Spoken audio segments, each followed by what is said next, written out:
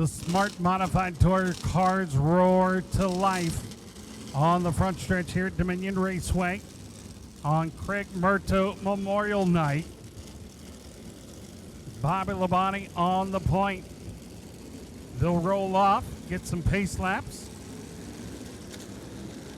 We'll have all sorts of racing action. 99 laps for the Smart Tour Modifieds on this 4/10 mile Ring of Fire. They'll set a fast pace. In fact, fast time for qualifying earlier was a 14.314. Hirschman had that fast time. He set track record last year with a 14.308, so just a little less. To our fans in turn number 1, you'll need to back away from the fence, please. Find your seats.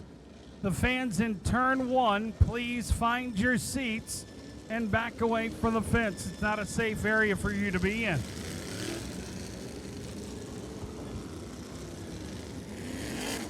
Good looking field of modifieds here.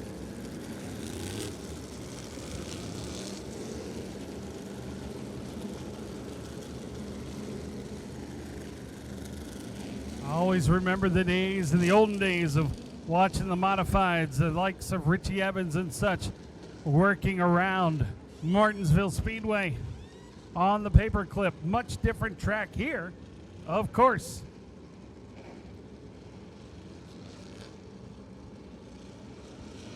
Smart Modified Tour powered by Pacematic. Thankful for their sponsorship.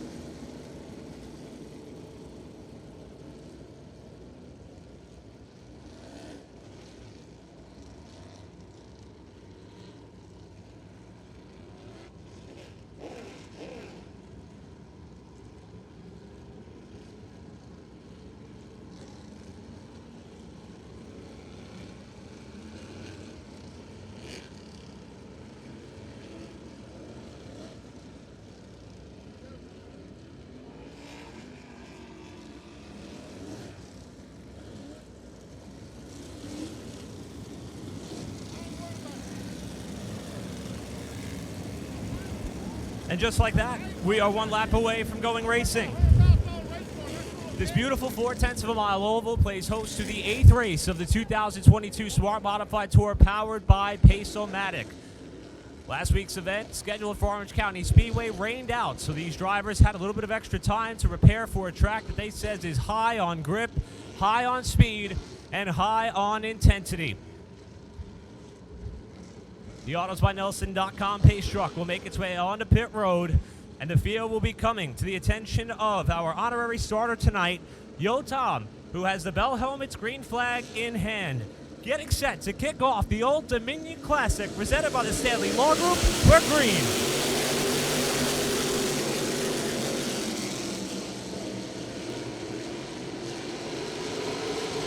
On the outside, Brandon Ward takes the lead early from Bobby Labonte. A couple of cars bottoming out on the low tire pressures in 3. Ward's going to lead lap 1.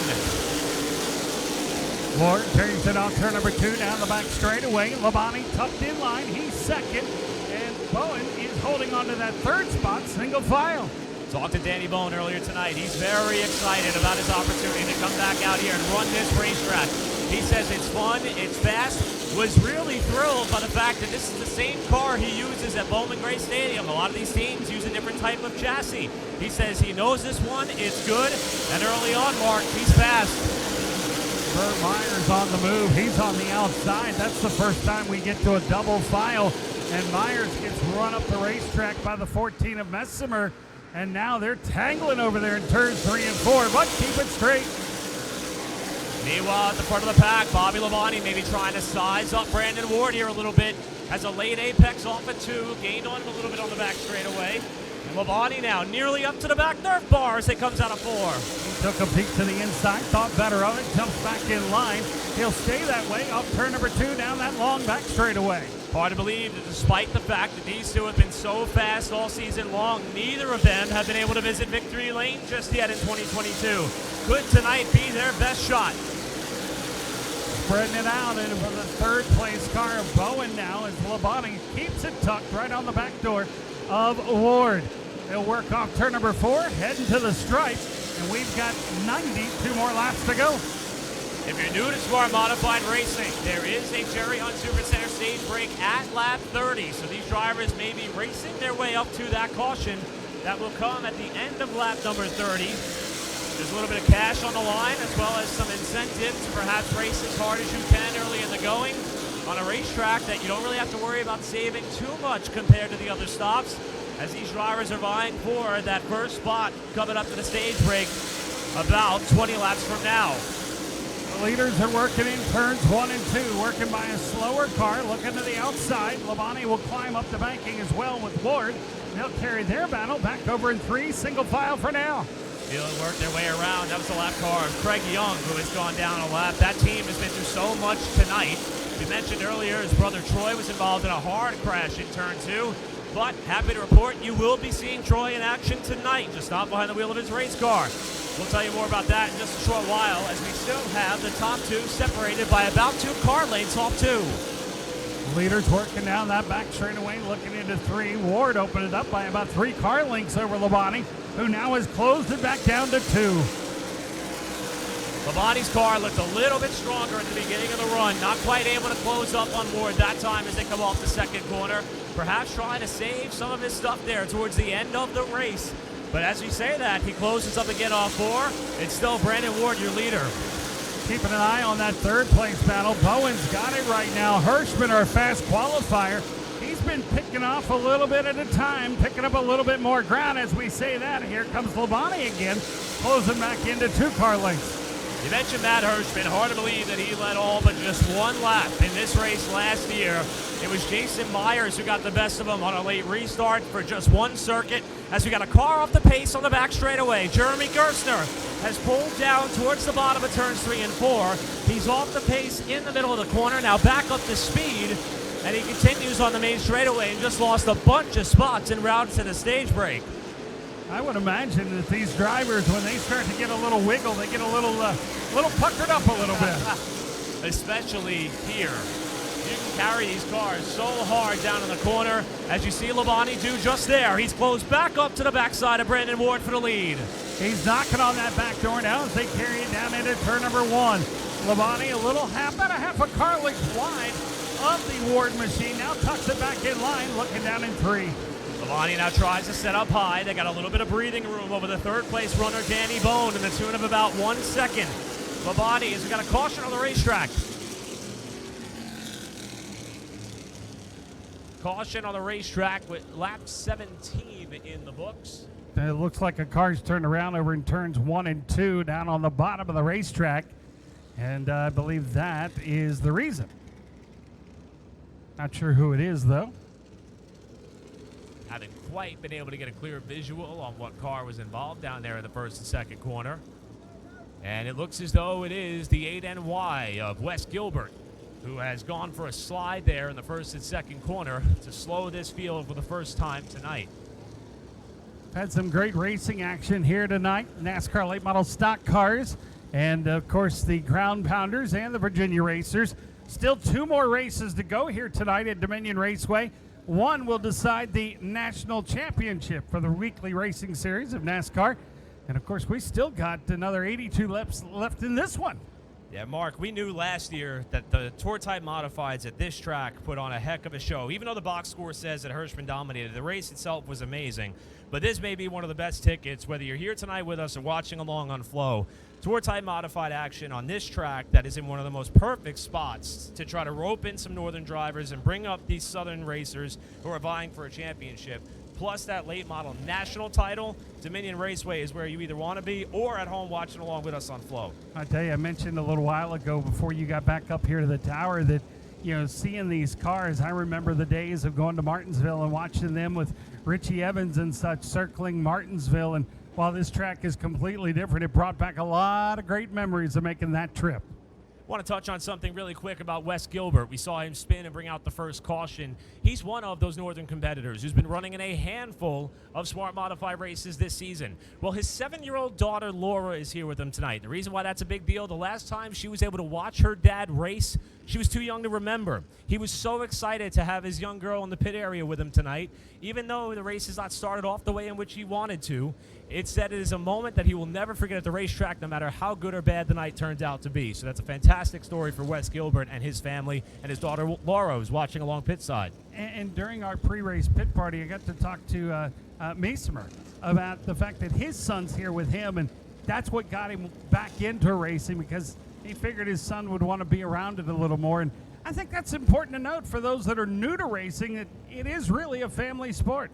And to add to that, it's been really nice to see some young talent like to choose these style of cars to race on as their racing career progresses. Case in point, young Carson Lofton. He's had a lot of success in 602 crate mods. Remember, his father won the most recent Smart Modified race of the season. Carson was spotting for him 2 weeks ago when Brian went to Victory Lane. He took off the headset, put the helmet back on, out-qualified his father earlier tonight, but they had to thrash to change a pump on the front end of that car, started at the back.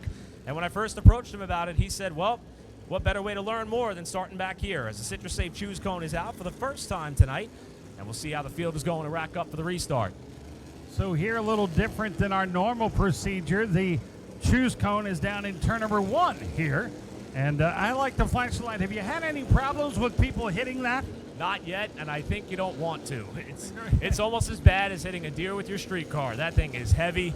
And we mentioned we'll be seeing Troy Young a little bit later on tonight. He's the one who is working on the Choose Cone, as our normal Choose Cone operator, Chris Honeycutt, is home celebrating the birth of another daughter in his family. Congratulations, Chris. Young Valen is welcomed into the racing world early as they're watching along from the hospital. Congratulations to Chris Honeycutt. Let's see who we're going to be congratulating for winning this race as the AutosByNelson.com pace truck makes its way on the pit road, and we're back underway. Ward and Labonte side by side down in turn number 1. Ward's going to take the advantage. Labonte's giving chase with Bowen down to the inside. It's a good start there by Ward to get the jump. How about Matt Hirschman making some noise in the top side of the racetrack around the outside of Danny Bone to move to third. He looks awfully strong on that outside as they work down the back straightaway. He'll pull up on the rear deck lid of Bobby Labonte now as the top 2 race off 4. Well, Labonte and Ward have pretty much been able to go toe-to-toe so far in this race. Remember, Labonte was so fast at Carteret a round ago, 2 weeks ago, until the belts came undone inside the cockpit of his race car. Fell back through the field, was able to salvage the night, still runs second in points, but he desperately wants to get that Cookout 25 back to Victory Lane. Looks like we had some sparks fly here on the front straightaway. I believe one of the cars touched the wall. They're working their way off turn number 4. The leaders are, and they'll cross the stripe with 78 laps to go. Got about 9 laps to go before the Jerry Hunt Supercenter stage break, and this battle for the lead is about to be a 3-car party. Matt Hirschman is closing. Was curious if the redraw was going to affect the handle of that car. Having to start a little bit further back than he did a year ago, but so far everything appears to be going according to plan. As we got Jimmy Wallace, who tagged the wall on the front stretch. Caution is going to come out. Caution does come out, and because of sparks flying, I don't see any other cars on the racetrack. Could be some debris where we can't see it. I believe you're right, Mark. I saw on the front straightaway a car tag the wall with what may have been the right front. Wasn't sure if it was Wallace or Gerstner, but I'm pretty sure that time it was the number 21 of Wallace who caught the wall, as this is going to be the first time that we see any bit of action on the pit lane, as it looks as though one of our winners from 2021, Gary Putnam, has come down the pit lane. Was talking to his spotter, Charlie Brown, as he headed up to the roof in order to work this race. After spotting in the NASCAR Xfinity Series race at Bristol last night, drove up here and said over the last few weeks, this team has been strapped for help. It didn't slow them down at Carteret as he got a third-place run there. But early on, they are looking at something on the front end of that car, and a handful of crew members who've been able to come out and help Gary tonight are trying to see if they can get him back in contention. Napa Auto Parts cleanup crew on the racetrack over in turn number 4. Looks like they're picking up some debris. And not sure if we got any liquid. They're getting a little oil dry, it looks like, out to tend to a spot over there at the entrance, or the exit, rather, of the corner. Going to see as the cleanup continues in turn number 4. We do have more action taking place on the pit lane. We touched on a couple of the nuances with the Smart Modified Tour. One of them is pit stops. This is what they would call a 5-tire race. When the teams show up, they could purchase 5 sticker Hoosier tires. At most tracks we visit with very abrasive and gritty racing surfaces, typically at some point towards the midway, we would see all the teams elect to bolt on a fresh right rear tire. You could also see some trickery of teams swapping left sides. All sorts of options are available, but they simply only have 1 sticker Hoosier in the pits to touch. In this race last year, we saw, because of the high amount of grip, several teams elected to put a new right front on at some point in this race, and others have even talked about maybe trying to see if they can go the distance on the tires they start the race on. We'll see what strategy elects to be the right one. So far, have not seen any tire changes on the pit lane just yet, as our reigning champion, Burt Myers, has also come down. You see Greg Butcher down in the pit lane as well on your screen. A lot of teams taking advantage of this caution here, 22 laps in, to see if they can make some adjustments. So when they come down pit road now, for those that aren't familiar, they have that stop coming up, and at the after 30 laps, these guys here, if they elect to stay on the racetrack, will that increase their pit position, and while the others come down pit road? Absolutely. So it is a hot pit. There's no refueling allowed for the cars, and you don't necessarily have to stop at the lap 30 break, but the option's there. And at Dominion, we've seen it before. Sometimes you want to get that stop out of the way and make it the final 69 laps to the finish. So this is one of those races where the strategy is not totally and completely defined when we drop the green. The good news, however, as they're about to hit the CitraSafe choose cone, is that every car that came down through the pit lane has made their way back out onto the racetrack. So happy to say that looks like everybody's going to be able to get themselves back up there, possibly with one exception. I do not see Gary Putnam rejoining the field. I did see that car. As a matter of fact, yes, Putnam is still at his trailer, and what a heartbreaker for one of the podium setters. Carteret County Speedway, last time out, his race may be over, just 22 laps in.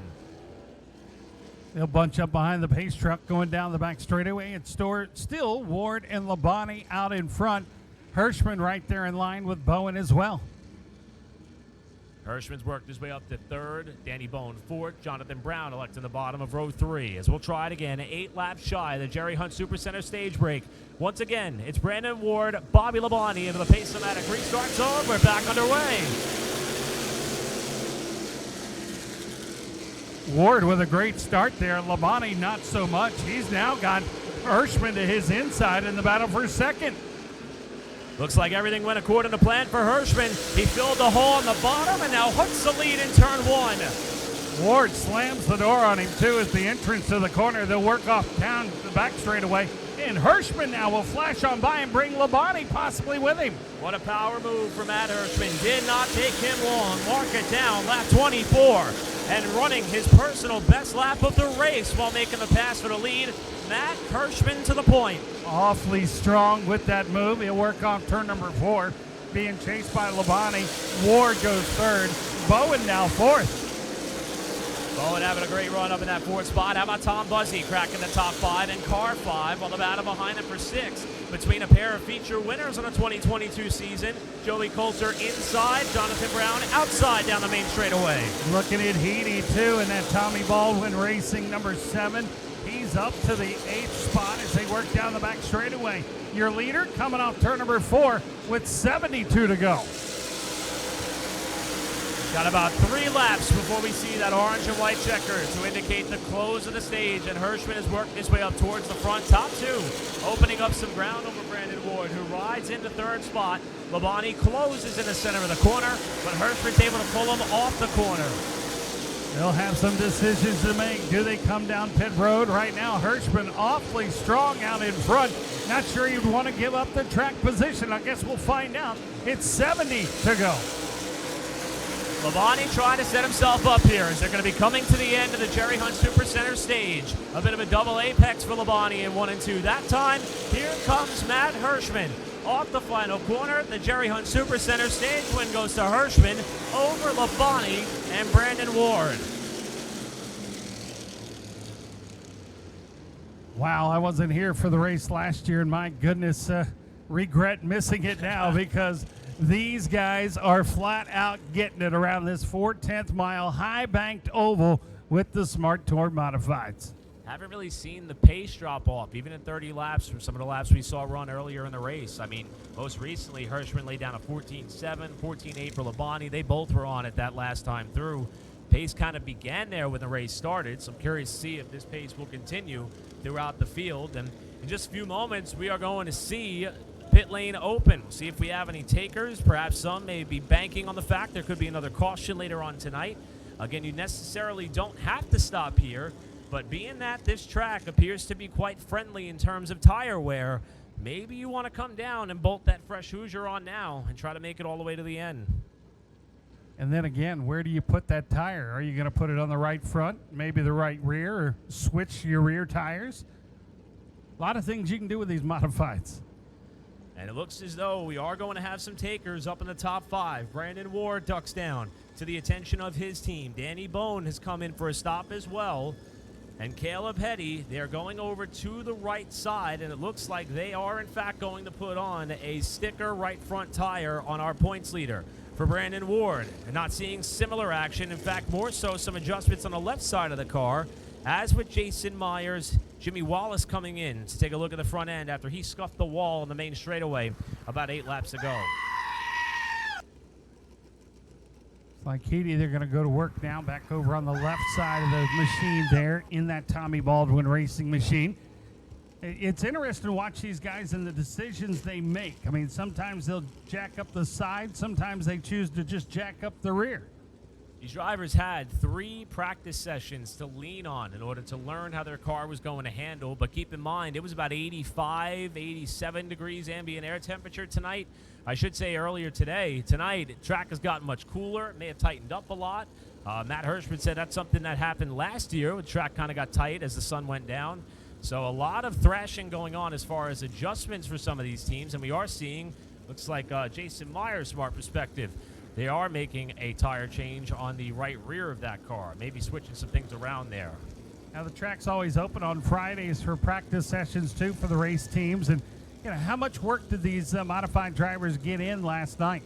Well, one of the tough things that some of them have to deal with is the fact that not all of them are practicing on the same tire. It's not like they were able to all come in here and buy a full set, go out, run some practice laps, and feel pretty much something very close to what they're going to feel in race conditions. But there were so many teams that were trying to dial in their car. In fact, even saw a handful of drivers going to each end of the racetrack to kind of look and figure out where someone else may be getting back to the gas or how far they may be turning down to the yellow line at the entry of turn 1 or turn 3. There's a lot to learn, even if you get as much track time as possible.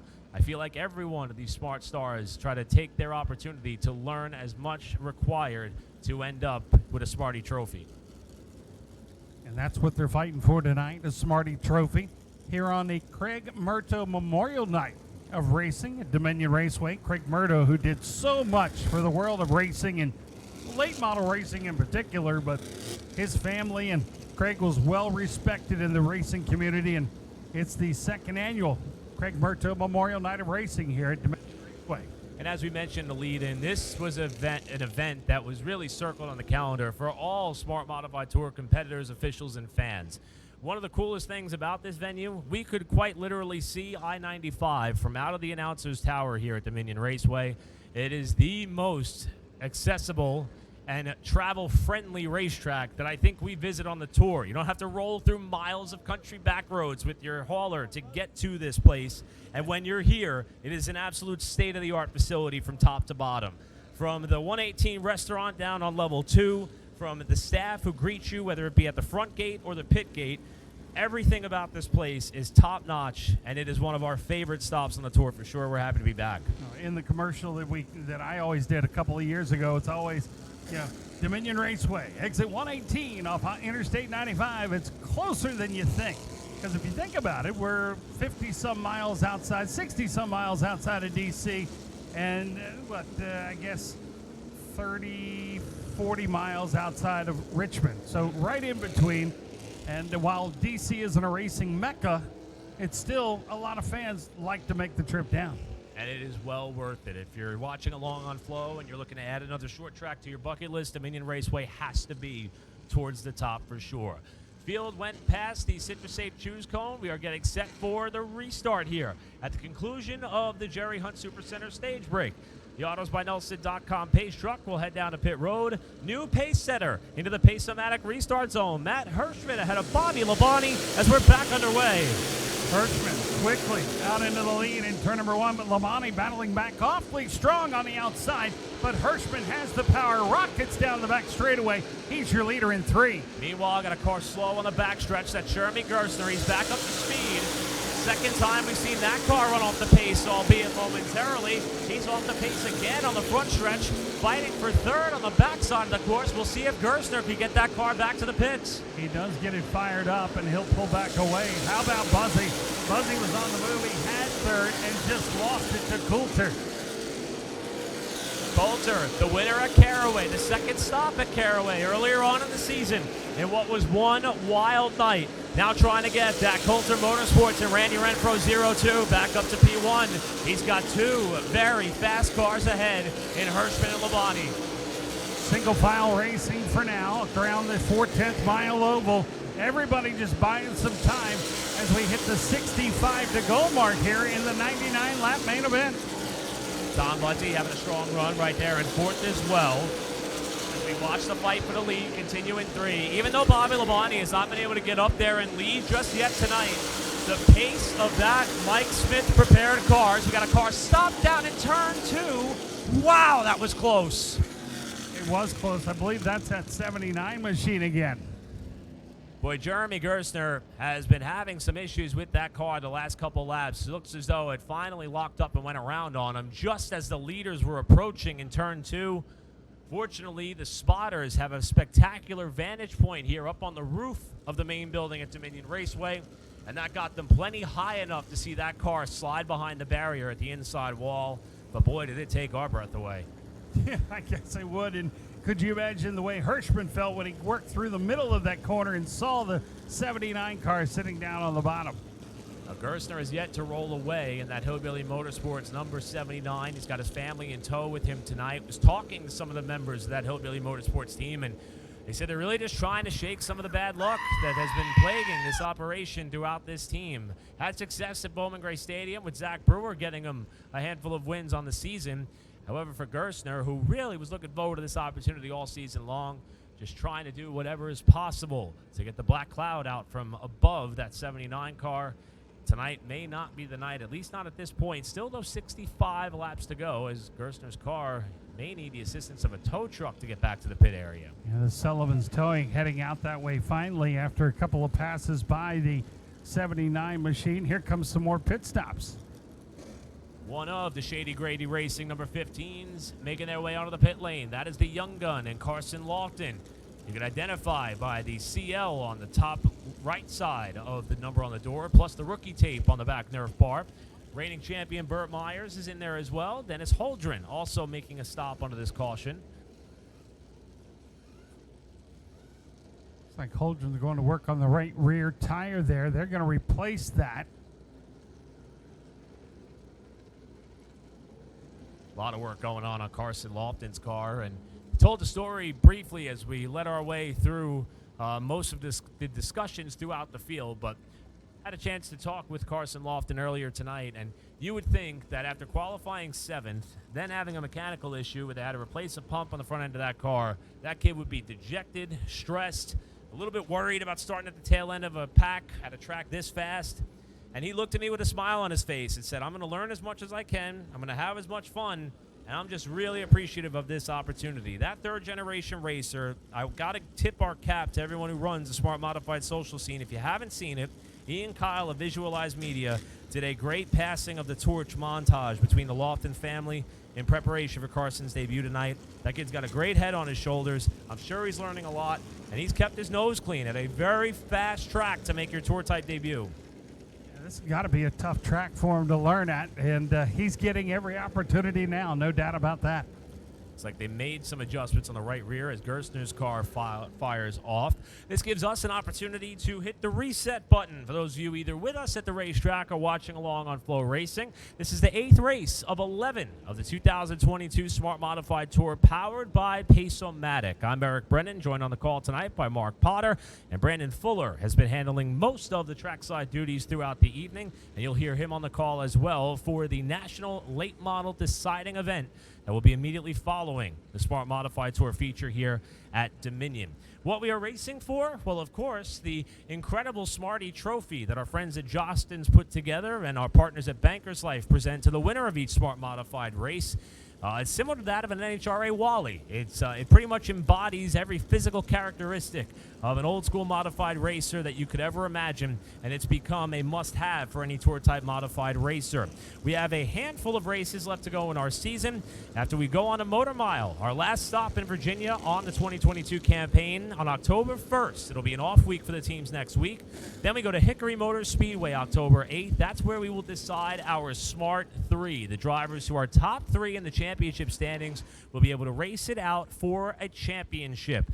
That race will take place on October 15th at Tri-County Speedway. If you cannot be with us, be sure to catch all the action live on Flow Racing. For more information about the Smart Modified Tour, simply visit smartmodtour.com to learn more. What an exciting way to wrap up your season. You got Dominion, you've got Motor Mile, you got Hickory, and then you head down into the Carolinas. And Tri-County just had one of the craziest late model races last week with the Cars Late Model Tour. And if that's any indication to how wild our championship decider is going to be, I don't see any way that I can miss that race or any of the ones that are coming up between now and then. But I got to hand it to everybody here, Mark. I mean, I was glued to the glass windows of the 118 restaurant watching that late model race. I have no idea what we're going to see once the checkered flag falls here, because there is a lot still on the line and a lot to be decided, and this is just the perfect playground to have it all unfold. Well, we've heard that unofficially Peyton Sellers and Lane Riggs are tied now heading into the final race tonight. I'm very thankful that math is not my strong suit, because I do not want to be the one crunching those numbers right with all that is on the line. Well, when they told us that, they made sure they said it's unofficial. So, of course it is. And it's going to be Peyton Sellers, being that he won race 1 here tonight. He'll start 8th. Lane Riggs finished 7th, so he's going to start 2nd. Oh, it is going to be something. And we still got 65 laps to go in our Old Dominion Classic, presented by the Stanley Law Group. And the CitraSafe Choose Cone is out, courtesy of Troy Young, who is taking over the temporary responsibility of putting that in a safe place for our drivers to elect whether they want to start inside or outside for the upcoming restart. We mentioned last year Matt Hirschman had such a dominating performance here, led all but one lap. Interesting factoid that may tie into our most recent caution. The one lap that he did not lead, that Jason Myers was able to overtake him, it was lap 61 of last year's contest.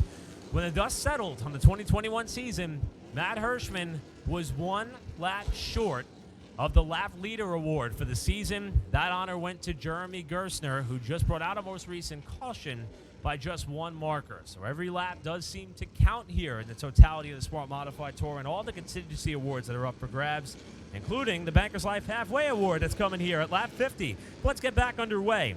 Hirschman, Labonte, second time tonight. They've made up our front row. 65 laps to settle it. What a great start by Hirschman. He got to the right pedal first. He's going to lead the field coming off turn number 2. Well, the inside line has been the preferred line on the restart so far tonight, but Labonte quickly falls into the tire tracks of Hirschman, while Coulter slides up in front of Tom Buzzy to cement third. In the 4th spot's a good battle going on between Meesemer and Brown. They're chasing your leaders. The top 4 have a blanket thrown off of them over the corner. Indeed, top 4 all in your picture as they go down to turn number 1. So far, Labonte and Hirschman appear to be pretty evenly matched at this point. It was during the first run of the race that Labonte started to fade a little bit as the laps went on, perhaps trying to save his stuff for the latter portion of the event, with Coulter closing. Buzzy broken away there in that front 4. A gap back to Meesemer, who's 5th. Single file all the way around until you get back to Lofton, who's looking to the outside. of the Finacqua machine. Want to give a quick call to Chris Vinachario, who's currently running in the 7th spot. That driver comes out of Penfield, New York. He's one of the Northerners who took advantage of how close this track is to I-95. Former standout at Spencer Speedway. Last year, he had a front-running top qualifying position and was taken out of the event 30 laps in. He's now trying to hold off Brian Lofton for a spot in the top 10. He runs 7th. On the last lap, Lofton's Nerf bars got into the wall, threw some sparks up, but it looks like no harm, no foul. They'll continue their battle down through turns 1 and 2. Lofton now with a good run on the back straightaway, trying to dive to the inside of Vinachario to take over that spot as Bobby Labonte runs up the hill in 2nd spot. Labonte got way wide out of 4, and he'll drop to 4th. He'll gather it back in, but he is stuck in 4th now as Buzzy goes by. They're all chasing Matt Hirschman off the corner. Coulter now, he's up to 2nd. Joey Coulter doesn't run all of the Smart Modified races. Of course, he's got history in just about everything you can think of, including a NASCAR Campbell Truck Series win back in 2012. Coulter up to the runner-up spot, looking for what would be his 3rd career Smart win and his 2nd of the season if he can get around Hirschman. But Tom Buzzy is pressuring. Buzzy looks to peek to the inside, not able to make the move there. Hirschman leads the way. Coulter is 2nd, Buzzy 3rd, Labonte 4th. Then you've got the 5th place machine of Messimer. Coulter is catching Hirschman at the head of the pack, and he's bringing Buzzy and Labonte back with him. 5 laps shy of the Bankers Life Halfway Award. Hirschman holding steady at the front of the field. Top 4 all back together again in 3. Again, it's Messimer still holding down that 5th spot. Brown in 6th. He was getting some pressure there. Brown in the black and yellow machine, running down on the inside. Labonte now thought about going to the outside. Yeah, Labonte had a peek there on the outside of the right rear of Buzzy. Going to try to make it work this time as they come out of 4, but he'll duck back in line. Single file for the leaders down into the corner. Labonte is running a higher line. Got a good run going into 1. Oh, man, that's tough. The slightest bit of contact to the left front could send Labonte up into the outside wall, but he powers his way past. Car 5 for 3rd. Labonte doesn't want to wait. He wants to make his way towards the front. 51 laps to go in this 99-lap feature event with the Smart Tour Modifieds. Leaders working their way around Wes Gilbert, who's racing for Brian Weber in owner's points tonight after Weber could not make the show. He's out at Anderson competing in a 602 modified race. Gilbert will fall a lap down. Leaders on the back straightaway. Got to keep an eye on that 15 machine of Lofton. He is starting to pick them off one by one. He's up to the 7th spot as the top 4. Now Buzzy falling back a little bit in that 4th spot. Lofton now trying to get around Jonathan Brown on the back straightaway as they head to turn number 3. Messimer holding steady in the top 5. But Labonte may have found something in that outside lane. He's trying to set up Coulter the same way. He does that double apex turn in the corner like you talked about so many times. Looks down to the inside of Coulter. Can't make the move there. We'll see if he goes outside or inside all 4. Baggers like halfway money went to Matt Hirschman. Now they're racing clear to the checkers. Labonte very strong in the center of the corner. Pulls up to the backside of Coulter as the field will now overtake Craig Young in turn 3. Hirschman leads him back to the line. Labonte is doing everything possible to find a way around. And Hirschman's just riding. He doesn't mind watching those 2 cars behind him start battling for position. It'll allow him to pull away a little bit. Well, Labonte very brave to try to get that Nerf bar to the outside and cuts underneath Joey Coulter to try to go to 2nd. And he does. Labonte gets by on the inside. He'll take over 2nd. Coulter back to 3rd. Labonte found something he likes. Now we'll see if he's able to use that to catch up to the backside of Matt Hirschman. Hirschman in the PD Motorsports number 60. Every year in tour-type modified competition has a great year. That car, that driver, dialed in at all times. This is potentially his 4th win of the season. Should he be able to hold on to the finish? But we still have 43 laps to go and lap traffic up ahead. Labonte says, don't count me out just yet. I'm on the move. He was back to 4th. He's picked his way back to 2nd with 42 to go. Still going to be coming up on the back of West Gilbert, and there are some very strong cars up ahead. Happy to report they did get Gary Putnam back out on the racetrack. However, he is about 13 laps down, but still running just in front of your leaders. The leaders, Matt Hirschman, Bobby Labonte. Labonte was about 5 foot off the back end of the rear Nerf bar of Hirschman. He's there again in 3 and 4. Labonte's just been letting that car, got a car off the pace on a back straightaway. Caution is going to fly. It is one of the shady, grady number 15s in the field. And it looks as though that is, in fact, our most recent winner, Brian Lofton, who has come to a stop at the exit of turn 2. Tough break for him. He was running 6th when he had that problem and stopped in a precarious situation back there. But they'll send the push truck around to get him pushed back to the pit area. There is so much action. These guys are getting around this racetrack so quick. There's so much action on both sides. Your head's just constantly on a swivel. And I feel like every 7 or 8 laps or so, someone washes wide out of 4 and scrubs the wall with the right side Nerf bars. We see a shower of sparks real quick, and then everybody's able to continue on. The battle for the lead, though, has been intense. I don't recall last year's race being this competitive throughout this portion of the race. Matt Hirschman went on to win, final margin of victory of over 1 second at the checkered flag of last year's running of this race. However, this year it appears as though he's got some stiff competition in the tune of Bobby Labonte and Joey Coulter. And Tom Buzzy's also doing a great job running up there in the 4th spot. He really likes this racetrack. Was one of the handful of drivers who was driving the Pace-O-Matic 2-seater around on this racetrack earlier tonight. Was joking with some of the trackside officials and leaders on pit road. Every lap would count, as this indeed appears like it is going to be the money stop. What does everyone decide to do? Hirschman and Labonte on the far side of the front straightaway coming down for service, and it looks like they are going to be bolting on a sticker right rear tire on both of those cars. Same for Jonathan Brown, same for Bobby Meismer, same for Brandon Ward, same for Tom Buzzy. Only a small handful of cars have stayed out under this caution, and Hirschman will beat Labonte out of the pit lane. Going to set up an exciting finish here.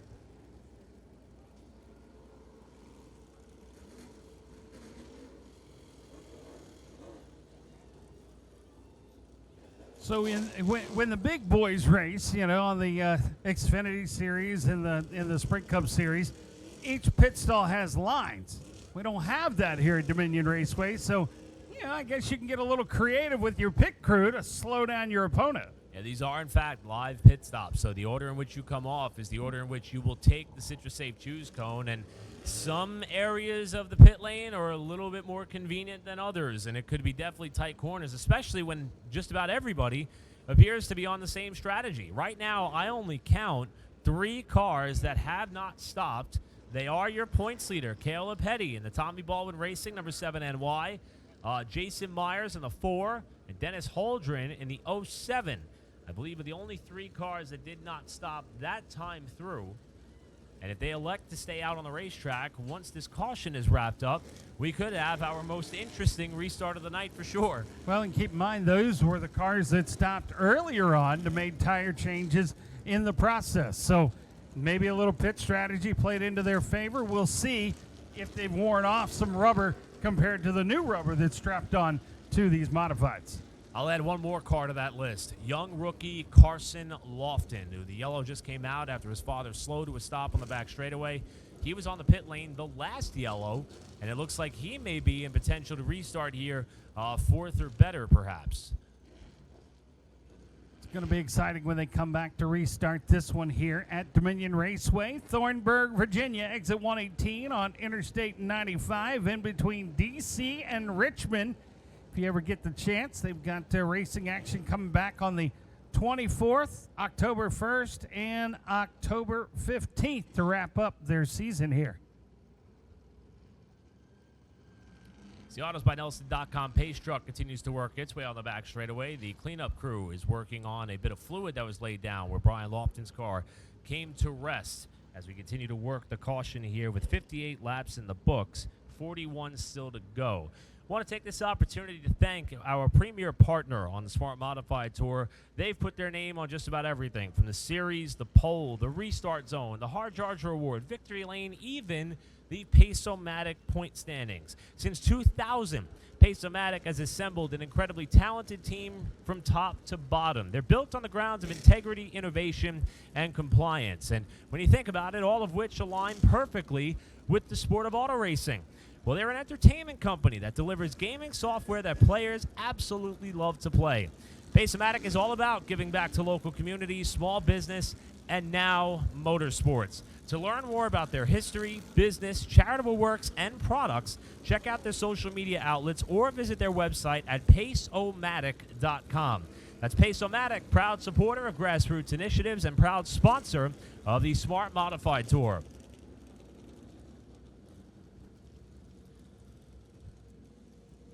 Still a lot of work going on for that of Brian Lofton, who remains on the pit lane.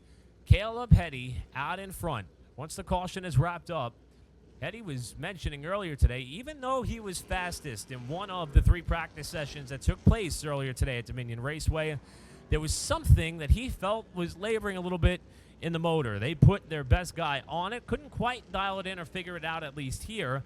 But then after qualifying, he said, hey, we ran pretty stout.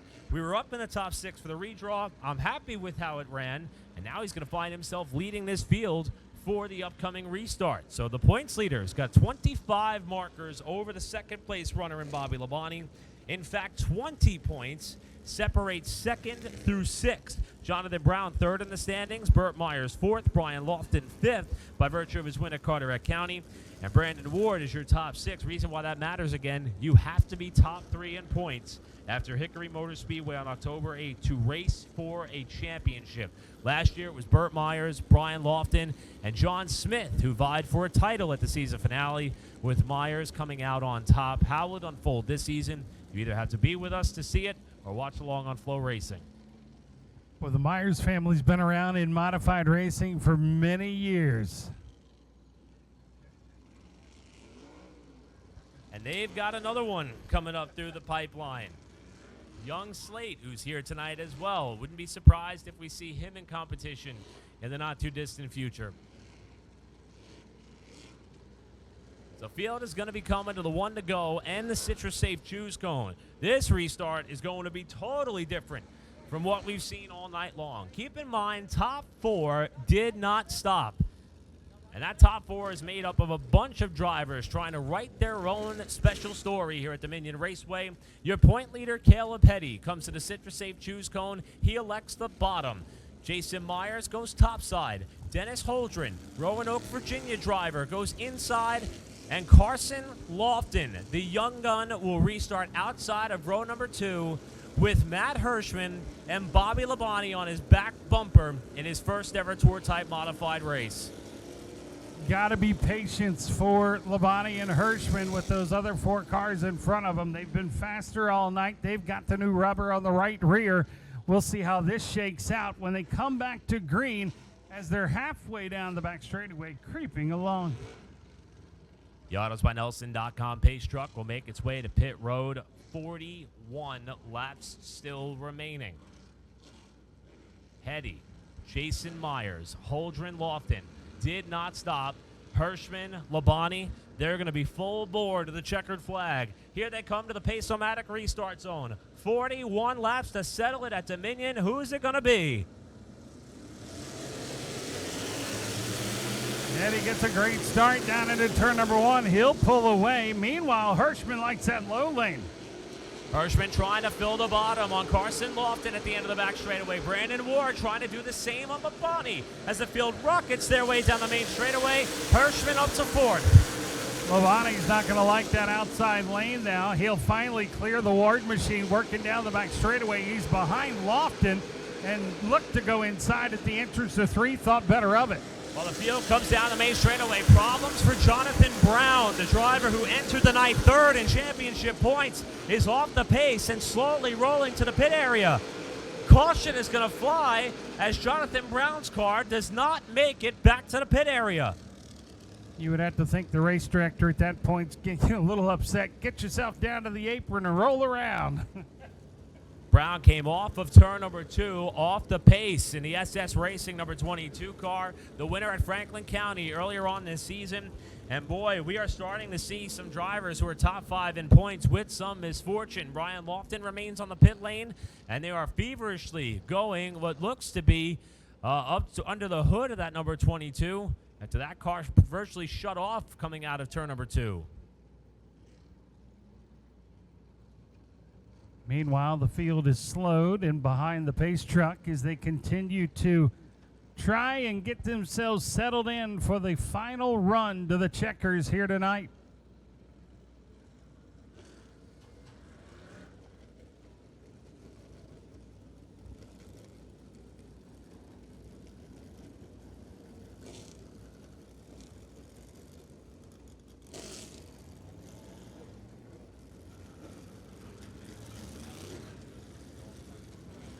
Wow, so this race has taken quite a turn here at Dominion Raceway. Still 40 laps to go. This is not the same race that we saw a year ago that only had about 4 cautions, including the stage break at lap 30. Looks like Jonathan Brown is going to rejoin the field. He is being released there by Justin Mincy, who is not only our lead stat guy, but also handling the stop-and-go paddle for the second race in a row. Brian Lofton remains on the pit lane. Brown's going to be able to rejoin, and this means we are going to come to the CitraSafe Choose Cone this time through with now the top 3. In fact, 4 of the top 5 being on the same pit strategy. Hirschman in 4th is going to be able to decide if he wants inside or outside for the upcoming restart. We'll see what they choose as they come down. Imagine Labonte's probably going to try and stay down low after the way the outside lane slowed up last restart. I agree, Mark. I think after he had all these cars on the same strategy, he'd be able to kind of fill that void on the inside that was created. You may want to rethink that. Just we say that, he jumps up to the outside here, and maybe perhaps the reason is that's a rookie that he would have lined up behind there, and Carson Lofton. He'll go up alongside the youngster. And he'll be behind Hirschman as well, so he probably felt a little bit better about his running partners on the high side. Half a lap from the restart. Caleb Petty, interesting story about him. He is, of course, a very stout legend car racer and has proven to be really good in the Tour Type Modified. All the major legend races that have been held here at Dominion Raceway, none of them included Caleb Petty. The first time he saw this racetrack was when he rolled in here this weekend. You would never know by the way in which that youngster is able to get himself around this 4/10 of a mile oval, and he is now 40 laps away from what could be his second win of the season. Obviously a very talented driver. Dominion hosted the Nationals last year for the Asphalt Nationals for INEX Legends.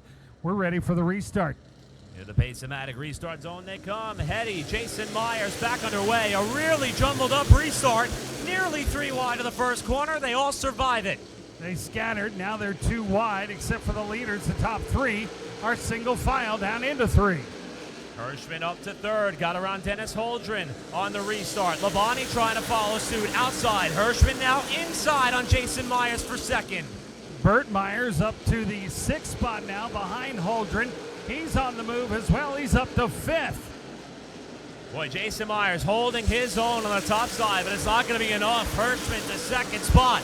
Only 1 car out the windshield from Matt Hirschman to chase, and that's Hetty on the backstretch. Hetty leads him into turn number 3 by about 3 car lengths. As we say that, Hirschman's going to close it down to 2 at the exit of the corner. Meanwhile, Dennis Holdren has fallen off the pace and towards the back of the field. We stay under green. Hirschman closing on Hetty. Labonte has only gotten up to 4th. Newcomer into the top 5. I think first time tonight we've called the reigning champions number in the top 5 spots. Bert Myers in 5th. Ward runs 6th. Mesemer runs 7th. And Coulter back to 8th now. Gerstner up to 9th as they work their way off turn number 4. Your leader's still going to be Hetty. Quite a comeback for Gerstner after we saw that car have major problems at the beginning of the race. That's quite a charge up through the pack. Working on Coulter on the back straightaway. Your leader's coming off turn number 4. Hirschman all over the back lid of the 7 of Hetty. Hetty down into the corner. Hirschman a little lower than he is at the entrance. 2/3 of the way through this race for the Old Dominion Classic presented by the Stanley Law Group, and Matt Hirschman is applying major pressure to the young driver out of Shelbyville, Kentucky. More sparks. Oh, trouble, hard crash. Tom Buzzy and Danny Bone with a horrific shunt in turn one. They were coming down the front straightaway, and one of them made contact with the wall, came down the racetrack, got into contact with the other, and they both hard impact down in turn number one. Boy, Buzzy's car looked doomed at the end of the straightaway, and then Danny Bone's car just shot across the racetrack and hard into the outside wall. Well, Buzzy looked like he got a little airborne there as well. Track officials and safety crews immediately on the scene as we await word from turn number one on the status of each driver in what was by far one of the hardest hits we've had this season by both cars and drivers. Tom Buzzy comes from a generational racing family. Mentioned earlier tonight, he loves this venue.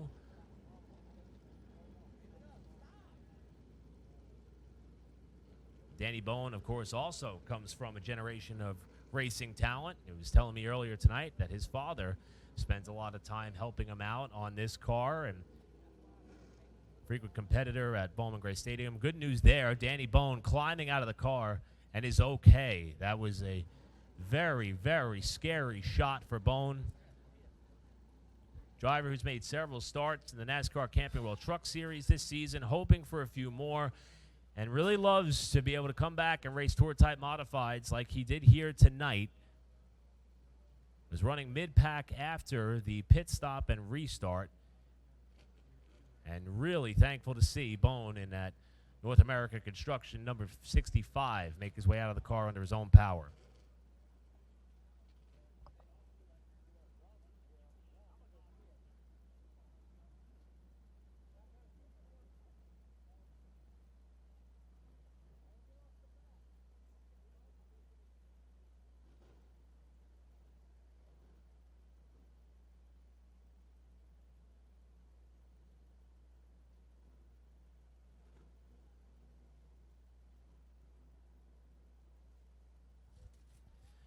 So the field is stopped on the back straightaway after a hard crash down in turn number one with 33 laps to go. It happened when Danny Bone and Tom Buzzy were racing just outside the top 10, got together, and the trajectory of this front straightaway and the lead up into turn number one resulted in heavy right front impact. And again, the good news is that Danny Bone is out of the car, and now it looks to be that from our vantage point here up in the tower, as we mentioned, Tom Buzzy was taking part in the two-seater competition earlier tonight. In fact, allowing a number of drivers and dignitaries who were on hand opportunities behind the wheel of that car.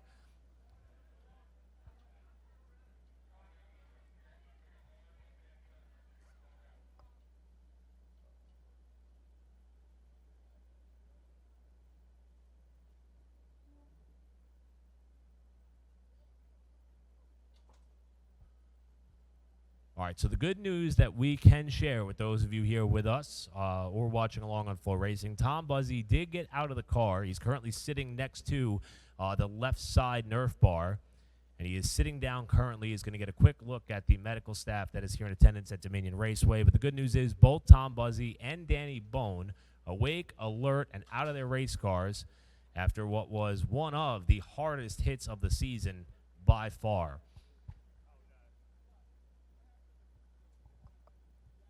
And I would imagine a lot of your officials, volunteer officials and such, and I would imagine your organization's always looking for anybody who wants to get into motorsports and maybe help out on, running up and down pit road and doing all the dirty work. Yeah, we talked a little bit earlier tonight about Gary Putnam and how a lot of his crew members or regular crew members have been quite busy in some of the higher forms of motorsports that are in their peak portion of the season. Not a lot of off weeks anymore on the stock car side of things, and he's really had to scratch and claw to put a team together to come out at the racetrack. Even if you don't know anything about cars, everyone in the pit area, not just with the Smart Modified Tour, not just here at Dominion Raceway, but you would be hard-pressed to go to any racetrack and offer up a lending hand to somebody and they tell you no. It just doesn't happen. A lot of people find their way into the sport. You talk about entry-level positions in the corporate world. If you want to get involved in motorsports and you're not quite sure how, just go to any racetrack, purchase a pit pass, and offer help to anyone you could see. And I promise you, if you come to a Smart Modified Tour event, even though several of these teams come with a full arsenal of talented crew members, they would be more than happy to have an extra set of hands just in case. You never know when your roster may get trimmed, when people may have family commitments or what have you. And this is certainly a great way to get involved in the sport. You are 100% right, Mark. No doubt. It's a great family sport. It's a great sport to grow up in and, of course, grow old in as well. So the field is stopped on the back straightaway. Obviously, the red flag kind of takes some of the air out of the racing that was going on in the front. But, again, the good news is both Buzzy and Bone were able to get out of their car under their own power and are alert. If we have more information to report, we will pass that along to you.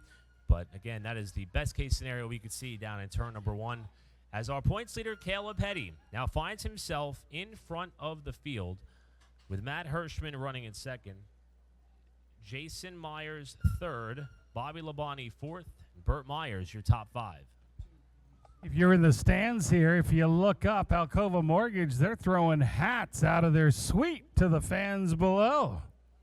That's right. Why not get a free Alcova Mortgage hat tonight as they drop? That's the nice thing about our suites here is you can open the windows and throw stuff out. We had bubble balls that we have inflated in our room right here behind us, and they decided that somebody was very smart and said, hey, let's blow up and inflate the bubble balls here. You couldn't get them out of the door. They said, we'll just open the windows and we'll drop them below. Those things weigh a lot. Reason number 472 why Dominion Raceway is a one-of-a-kind facility. That is awesome.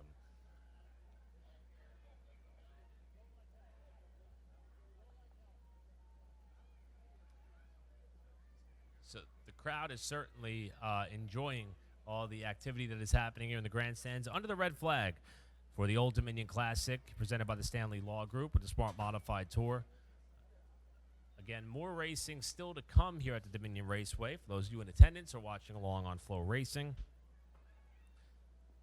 It's been quite the event as we'll hit the reset button for those of you who are with us. 66 laps in the books, 33 still to go in this, the 8th race of the season. I'm Eric Brennan, joined tonight by Mark Potter, who's been an absolute pleasure to work alongside of you, and Brandon Fuller, who I got to meet here a year ago, and to watch how his role in what happens at this racetrack has evolved and progressed. And hard to believe that a racetrack that it's honestly one of the best you could think of to visit is continuously finding even more ways to improve. And that's with people, product, process, all the things that are required to make a sporting venue fun. And everyone here does such a great job at it, and we really appreciate the hospitality when we show up to play on this racetrack. The Britt family has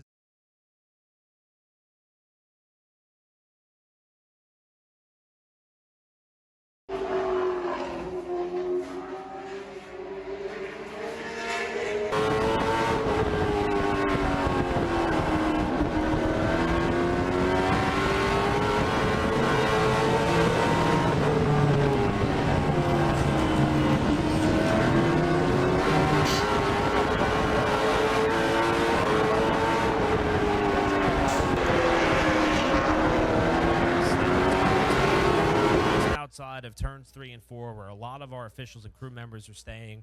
And as we mentioned, you're literally just a stone's throw away from Interstate 95 from someone who's coming from Mooresville, North Carolina. Bit of a drive for us, but so worth it to be at a racetrack of this nature. And the convenience and the food. The food. I haven't had a chance to enjoy the food yet, but all I hear from everyone here for the last 2 years is that it's some of the best racetrack food. You almost can't even call it racetrack food because it's so good. I like to think of it as bar food because tonight was the Philly cheesesteak egg rolls for me and onion rings. So, I mean, you can't go wrong. They have pizza, of course, and they have burgers and dogs. They used to have turkey legs, the big old smoked turkey legs. Oh, wow. Yeah. I mean, that is right up the fair. Matthew Dillner's, yeah, that's right up his alley.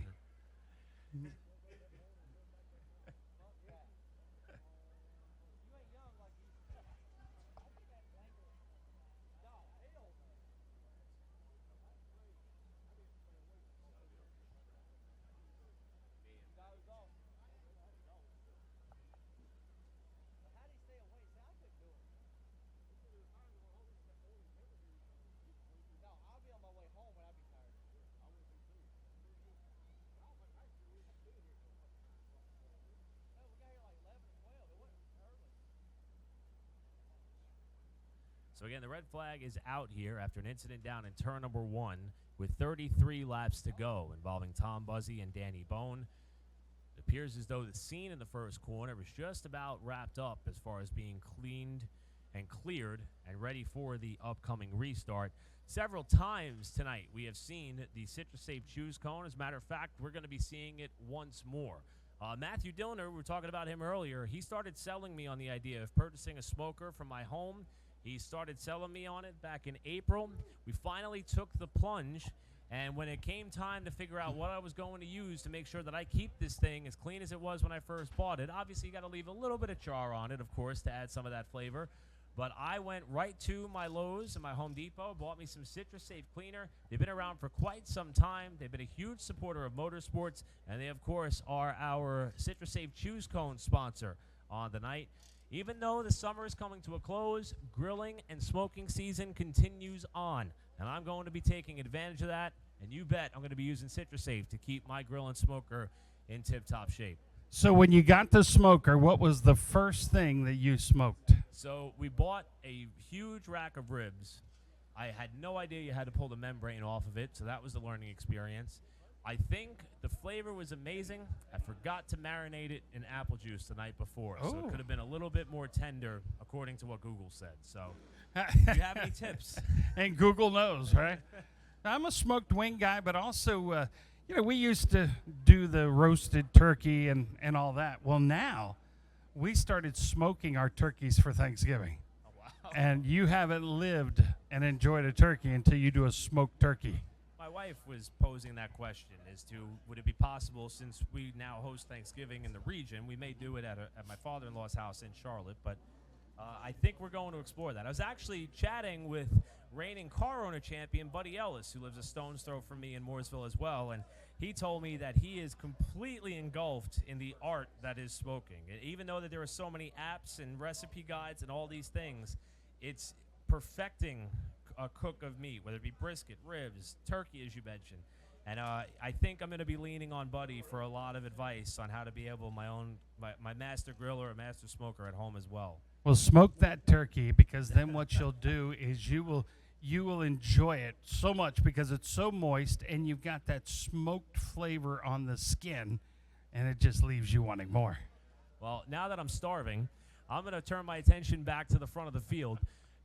If you're not familiar with Caleb Heddy, not only is he our Smart Modified Tour points leader, not only is he a 2-time winner in Tour-type modified competition, if you think back to one of his first races ever, it actually took place beginning of last season to kick things off. It was at our season opening event for the Smart Modified Tour in 2021. He went down into turn number 3 on a practice day and virtually destroyed his race car. Team brought it back, had to do everything except possibly put a front clip on it, and you would think for a young gun in what is a great opportunity to drive for that Tommy Baldwin Racing team, which we've seen many drivers have success in, not just this season, but in years past. Of course, this year, Doug Coby, Jimmy Blewett. The list goes on and on as far as winners and contenders who drive for that team and organization. Caleb, though, parlayed it into fending off Bobby Labonte to win his first smart race at Florence Motor Speedway, a track where you have to know how to manage your rear tires all the way throughout the duration of that event. Backed it up with a win at Caraway earlier this season, and he is sitting in a fantastic position not only to potentially cap off a solid night here if he could fend off big money Matt Hirschman to the checkers, but also to perhaps be in contention for a track championship should he stay top 3 in points over the course of the next 3 races, including this one here tonight. Spoke to him in the pre-race, and what a nice kid he is. I mean, he's young, obviously, and he's driving one of the cars that is well known throughout the history of modified racing. And right, like you said, he's in a great space right now to be your leader as they head down to the corner. And they're picking up some riders in the pace truck. Got to say that Caleb, in terms of being able to develop and kind of really get to know some of these drivers as people, not just as race car drivers, and really it's an honor that I've been able to have by being part of this tour for the last year and a half or so. Caleb is someone who will always make the time to have a conversation with you.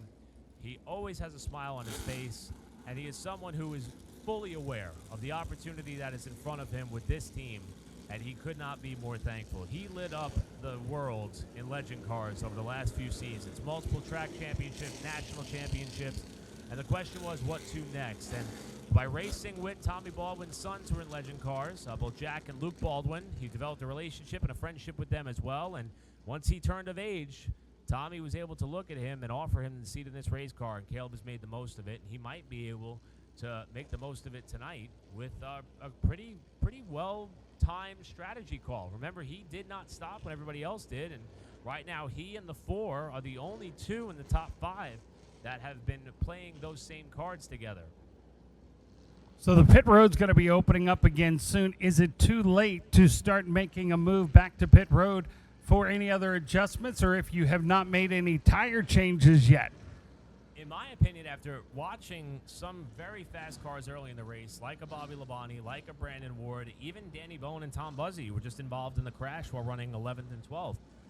It seems like that once you're on even keel with the rest of the pack, it's pretty hard to get a pass made with relative ease. If you're on a differing strategy, that may play a big role, but I don't know if enough laps have passed from when these cars, the bulk of these cars, or I should say the majority of them stopped, versus if they were to stop now. So this may be one of those scenarios where you may have made your bed and now are forced to lay in it for the remaining 33 laps. Pulling on one of the cars that was just involved in the crash, trying to get it put into the area of the trailer. That's one of the toughest things as a crew member, to have to try and do that after what turned into to be a short night. Well, under the red flag, Chris Finicciario's car would not start back up. He had to be pushed off back to the pit area. Citrus Safe Choose Cone is going to be on the racetrack this time through. The field is going to be seeing 1 to go. 33 scheduled laps remaining here at Dominion Raceway. A couple of cars remain on the pit lane, including that of Wes Gilbert, Chris Finicciario, and Jonathan Brown. A Citrus Safe Choose Cone is up next. And we'll see what Matt Hirschman elects to do here behind Caleb Hetty. He's going to go to the outside. Jason Myers elects the bottom. Bobby Labonte is going to follow Hirschman through on the outside of row number 2. And then it's Burt Myers and Brandon Ward, who are on the same pit strategy as the 60 and 25, are going to make up row number 3. Going to set up an exciting restart here as we head towards the finish of the Smart Tour Modified 99-lap main event.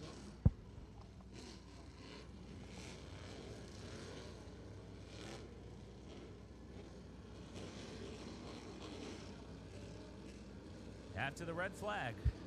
And now an upcoming restart with 33 laps to decide. The Old Dominion Classic presented by the Stanley Law Group. Caleb Hetty, the point leader. Matt Hirschman, who has the most wins so far this season, bringing us down to the restart. Hetty's going to get a great jump and carry him down into turn number 1. Hirschman looking to tuck in line. He'll keep his car to the outside, though, and tries to pull alongside. Hetty is your leader in 3. Boy, the two of them nearly came together as they got out of turn number 2. Hirschman now cuts to the bottom, maybe alongside as they go to 1. Hetty slams the door shut. Wiping the nose off the front of the Hirschman machine. They're down the back straightaway. Labonte to the outside of Myers, fighting for 3rd. Labonte's able to bring that car way down to the bottom and spend that 3rd spot with Brandon Ward following through on the top side. Ward is someone we hadn't talked about in a while. He's resurfaced to the front of the field. He's in 4th. Myers is 5th. The field comes back up on the main straightaway. 30 laps to go. Jason Myers falling back to the midfield. Remember, he did not stop when most of the field came down. Joey Coulter back up into the top 5, riding behind teammate Brandon Ward, and they're all chasing Caleb Hetty. Hetty's got a bumper full of Hirschman. Hirschman pushing him into the corner. Labonte is 3rd. 4th is going to be Ward. And 5th now is Coulter. He's back in the mix as well.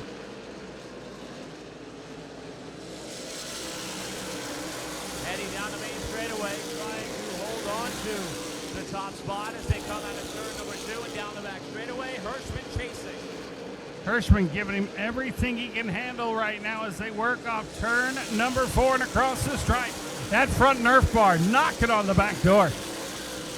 Hirschman, who has a reputation for being a very clean racer, not trying to get too aggressive on the backside of the youngster as they come down the main straightaway. They've opened up a huge gap over the third place runner, Labonte. Hirschman had a peek down to the inside, ducks back in line.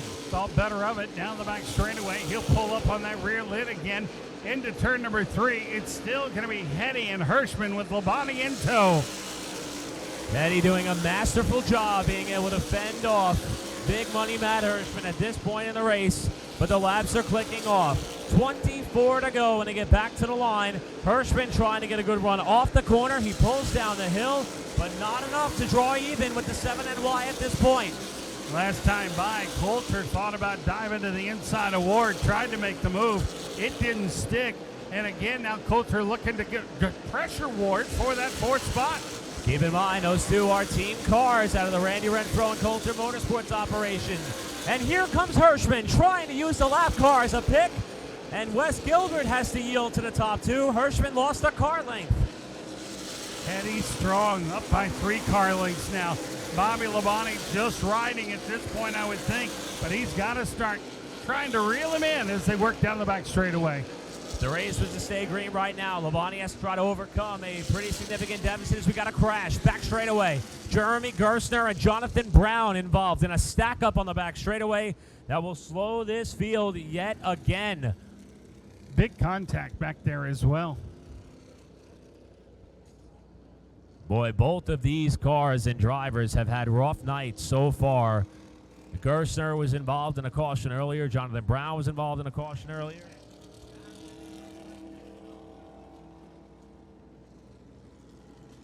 So the word from the officials is that being that we do in fact have a pretty big race on deck here at Dominion Raceway, because of the time limit, we are going to try and attempt at a green-white checker once the back straightaway is clean. It will be 2 laps to settle it here at Dominion Raceway due to the time limit being reached, and it will be a green-white checker attempt to try to see who will be able to take home top honors. It's just one of those nights. And I have to say, and I have to offer up kudos to the track, the Smart Modified Tour. The plan initially was to have a full rundown of driver introductions like we have in the late models earlier. Right. And the pivot was decided with time in mind because of what was on the card for tonight.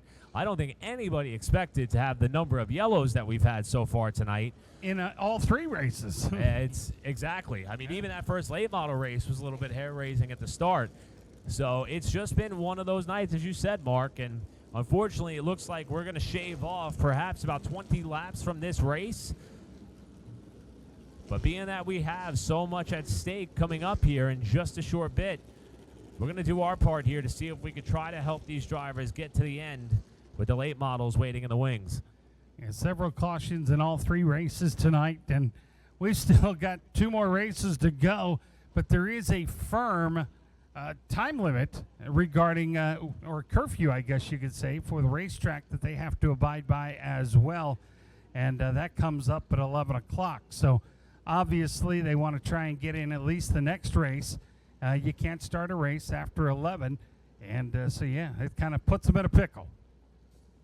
Yeah, good forward thinking in terms of everybody here at the racetrack and with the Smart Modified Tour. Obviously, we cannot thank those of you who have stuck it out with us here at Dominion Raceway or watching along on Flow.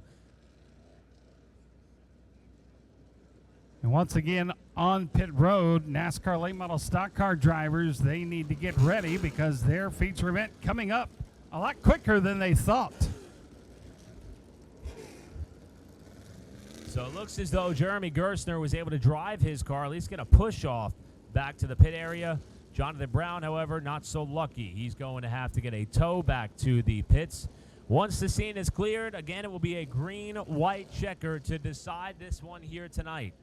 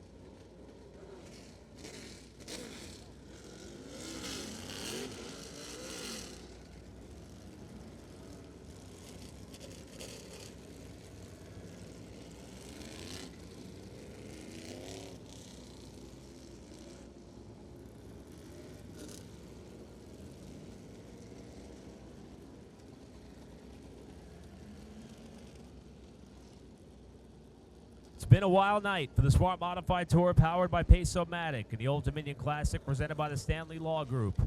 Here in our 8th race of the season. You've seen the caution flag many a times tonight. And to kind of recap what's about to unfold here, it is going to be a single attempt at a green-white checker with Caleb Hetty, who's on a bit of a different pit strategy in front of the driver who has only won a handful of races. I should say only run a handful of races, took home 3 trophies on the year so far in the Smart Modified Tour competition and dominated this race 1 year ago, Matt Hirschman. While Bobby Labonte has had similar pace to the 2 in front of him, and he currently rides in 3rd, looking for his first win of the season with Brandon Ward in the same boat as well in car 2 and 4th. This will be the first restart that Labonte, close enough to the front, he can choose inside or outside and only have 1 car in front of him. If he goes inside, he'll probably end up being followed, Hetty, and then of course on the outside, Hirschman's got to take the outside, I would imagine, right? On the last restart, Hetty's car started to wash up the racetrack a little bit on the exit of turn 2. Almost caught the left front of Hirschman. They were able to survive the corner, broke Hirschman's momentum on the back straightaway, and he had to duck back in line. Will that be the same strategy that Hirschman tries to deploy? As you mentioned, Mark, trying to make that top lane work. It could be sketchy if the driver on the bottom doesn't give you room, but it could pay off in a big way, as we're about to see one to go this time. We got their choose pylon down at the entrance to turn number 1 here.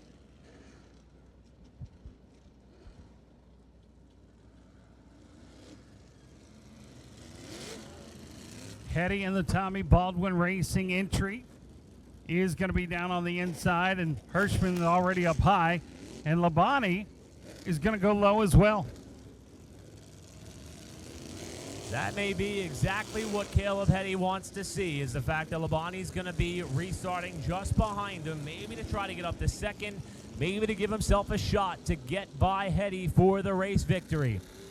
It has been a crazy night here at Dominion so far. Still the big late model stock race on the docket, but we still have to settle this race, the 8th of the season for the Smart Modified Tour powered by Pace-O-Matic. Will it be Caleb Hetty trying to get his 2nd win of the season to extend the point lead? Will Matt Hirschman go back-to-back at Dominion Raceway? Or can Bobby Labonte, Brandon Ward, or someone else get up there and spoil the party? 1 attempt at a green-white checker. Time to reach up and fasten those safety belts and pull them nice and snug because it's getting ready to get frisky. The AutosByNelson.com pace truck makes its way to pit road. 2 laps to settle it at Dominion. It's going to be Hetty leading the way down into turn number 1, getting the push from Labonte. Hirschman awfully strong on the outside at the exit of 2. Hirschman is able to make the top side work and go to the lead in turn 3. Matt Hirschman to the white flag out in front. He is not looking back either. He is checked out. He's got a 3-car length advantage off 2. The perfect restart came at the perfect time. Matt Hirschman off of turn number 4, his 4th win of the season. Hirschman claims Dominion Raceway. Hetty will come home 2nd. Ward, Labonte slipped to 4th.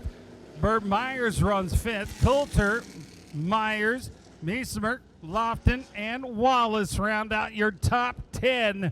My goodness, what a finish for the Smart Tour Modifieds. Hirschman victorious, and he'll be in the Alcova Mortgage victory lane celebrating here in just a little bit.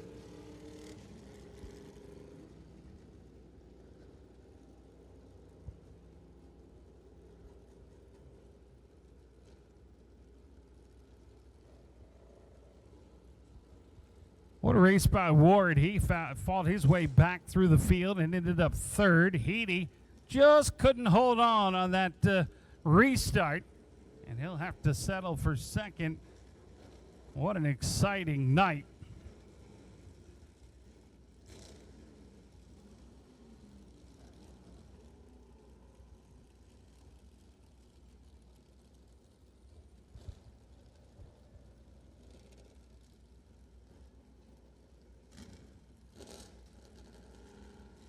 Going to get him back into the victory lane there as he makes that turn. And we'll be going trackside with Eric Brennan, who'll be with our podium finishers here tonight.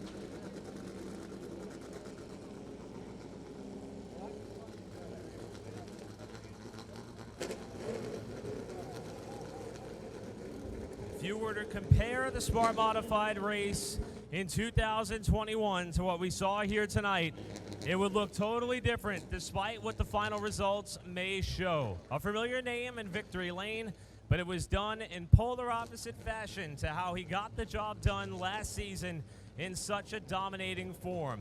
His fourth Smart Modified win of 2022, another Tour-type Modified win on his resume. Matt Hirschman, the winner tonight here at Dominion.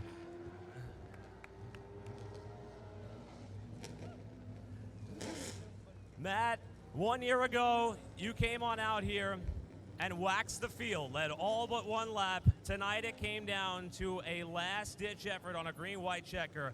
How did you know that thing was going to stick coming out of 2? Yeah, I had a special match set of tires, I guess, on it. I think him pitting as early as he did, it was going to show up on restarts more than anything over the next 20-some laps that I thought we had. So glad we were able to get it there. I wasn't expecting, the race to be shortened. So, or else I would have probably pitted when he did. But, I'm just glad it worked out. I got to thank PD Motorsports. We've had a real good time racing with the Smart Modified Tour this year. Thank Pace-O-Matic, everybody on the Smart Tour. They've really made it an enjoyable series to come race with. And it's an awesome place here at Dominion. I enjoyed the first late model race, and I'll make it quick here because there's another one coming, and it should be a good one. We're on board with you with that one. Hopefully we see you again before the year's out. Thanks for supporting us all year long. Back-to-back wins at Dominion. Congratulations. Appreciate it. Thank you. Thanks to my team, PD Motorsports. Hi to my parents at home. And like I said, great night of racing here. Let's keep it going. Your family's here to celebrate with you. Yet another Smarty Trophy presented by Bankers Life here tonight for Matt Hirschman in car 60.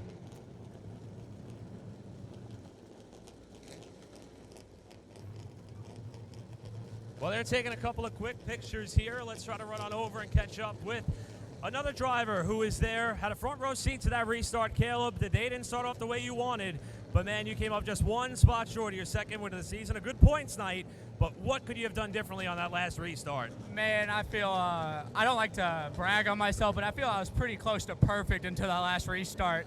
It spun the tires off down into one, and that's just enough for it. Was able to hold the outside. Matt was and got around us, but taking into all that we dealt with today, it was great finish.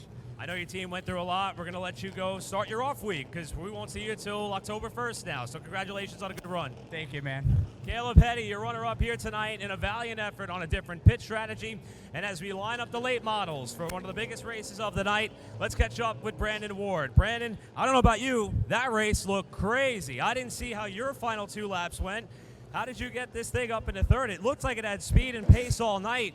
What did you need? Just those final 20 laps that we lost? Yeah, I think so. We just got too free at the very beginning when we were leading it. We got too free when Matt and Labonte got by us, and we pitted, swapped lefts, tried to close the rear stagger up. Everything helped it. It just took the whole race to get back. Matt was really good. I knew we had to take a swing at it and get off sequence of where we had planned on being to try to have a shot to win it. And spun the tires on the last restart. Had it not been for that, we might have had a shot at second. But, man, it was a good fight by these guys. Can't thank Coulter Motorsports, Randy Renfro, Jeff Day, Kevin Powell, this entire group, all that they do for us. Like I say, kpmoto.com, Precision Built Spindle, Renfro Heating and Air, Randy Renfro Race Cars, Coulter Motorsports, everybody that makes it happen. I appreciate it.